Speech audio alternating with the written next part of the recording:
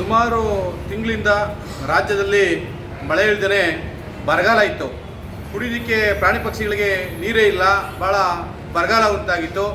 ಈಗ ಸತತವಾಗಿ ಸುದೀರ್ಘವಾಗಿ ಒಂದು ವಾರದಿಂದ ಮಳೆ ಬೀಳ್ತಾ ಇದೆ.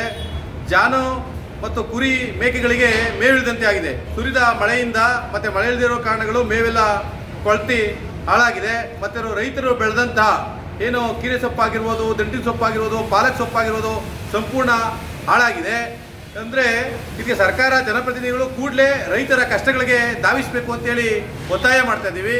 ಈಗಾಗಲೇ ರೈತ ಮತ್ತು ಪ್ರಾಣಿ ಪಕ್ಷಿಗಳು ಈಗಾಗಲೇ ಸಂಕಷ್ಟದಿಂದ ಏನು ಬರ ಪರಿಹಾರ ಕೊಡ್ತೀನಿ ಅಂತ ಹೇಳಿದಂಥ ಸರ್ಕಾರ ಯಾವುದೇ ಖಾತೆಗಳಿಗೆ, ರೈತರ ಖಾತೆಗಳಿಗೆ ನೇರವಾಗಿ ಹಣ ಸುಧಾ ಬರ್ತಾ ಇಲ್ಲ. ಹಾಗಾಗಿ ಸರ್ಕಾರ ಗಂಭೀರವಾಗಿ ಈ ಪ್ರಕರಣವನ್ನು ಪರಿಗಣಿಸಿ ರೈತರಿಗೆ ಒಂದು ಕಷ್ಟಗಳಿಗೆ ಧಾವಿಸಿ ಬರಬೇಕು ಅಂತೇಳಿ ಒತ್ತಾಯ ಮಾಡ್ತಾ ಇದ್ದೀವಿ.